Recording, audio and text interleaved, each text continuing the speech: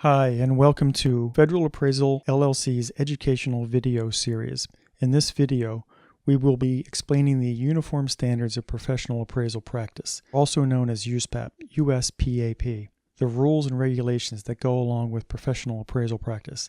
Specifically, in this video, we present USPAP standards. We will present USPAP rules in a separate video.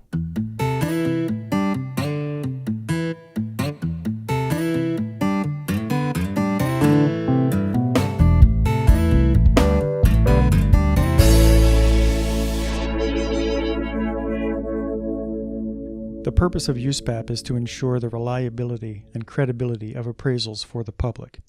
USPAP has two main parts, rules and standards. USPAP presents the standards as follows. There are 5 professional appraisal disciplines and 2 topics for each. The topic of development relates to the standards for conducting the research and analysis and drawing the conclusions in appraisal.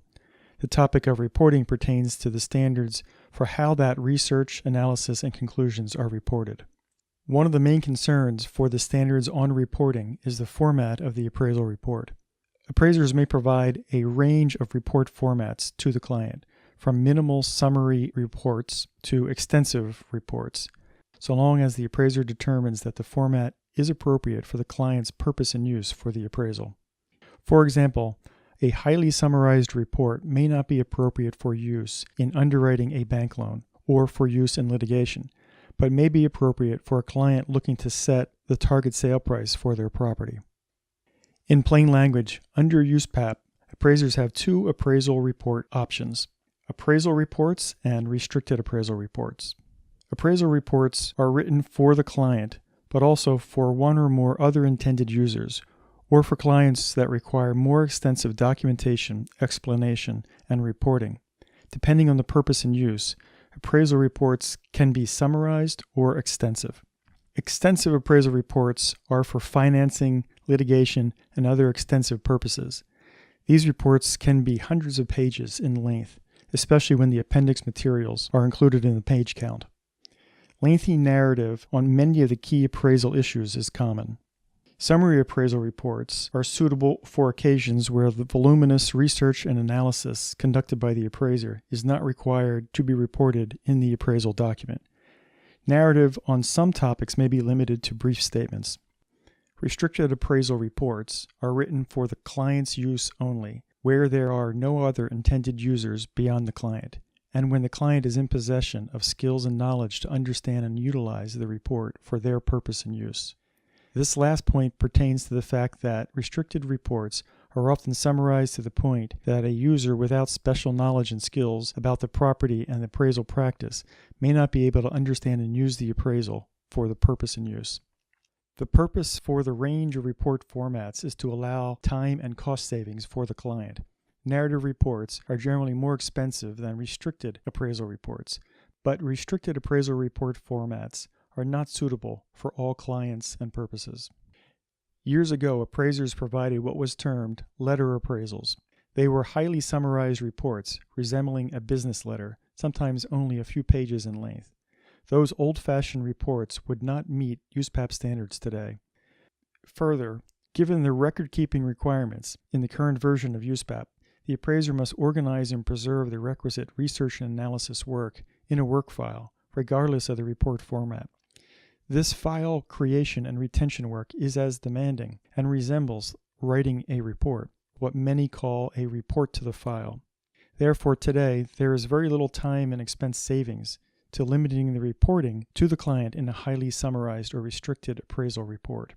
Further, since the appraiser has already compiled the work file in a form very similar to a report to the client and the appraiser frequently find greater benefit from the transmittal of that work file material to the client in the form of a finished appraisal report. Today, the shortest appropriate appraisal report may need to be more than a couple of dozen pages long, which might not be identifiable as a letter-type communication. Other report options for other appraisal services include form reports, review appraisal reports, and oral reports. Form reports are utilized by many government agencies and banks. The forms in form reports are rarely adequate for USPAP compliance by themselves. Therefore, form reports are typically augmented with additional documents and narrative. Review appraisal reports can be quite limited in scope, for example, to only parts of an appraisal, but they can also be extensive, possibly even including the reviewer's own opinion of value. Therefore, the USPAP reporting requirements for reviews ranges widely. When reviewers offer their own opinion of value, the reporting must additionally meet the USPAP standards for either an appraisal report or a restricted appraisal report. Appraisers have important and substantial reporting requirements for all their oral reporting and testimony. These are complex and strict. Even impromptu appraisal services and opinions immediately create professional responsibility and liability. The same issues that arise for a client and appraiser in letter appraisals often arise with oral reports. Basically, the client rarely benefits or benefits little from limiting the appraiser to oral reports due to the strict USPAP scope of work rules and work file rules. Lastly, USPAP requires various disclosures and opinions in every appraisal. Here is a list of the key items. The amount of the disclosure and reporting in each of these depends on the needs of the client and the intended users. Each of these items has technical definitions that could change with the purpose and use of the appraisal.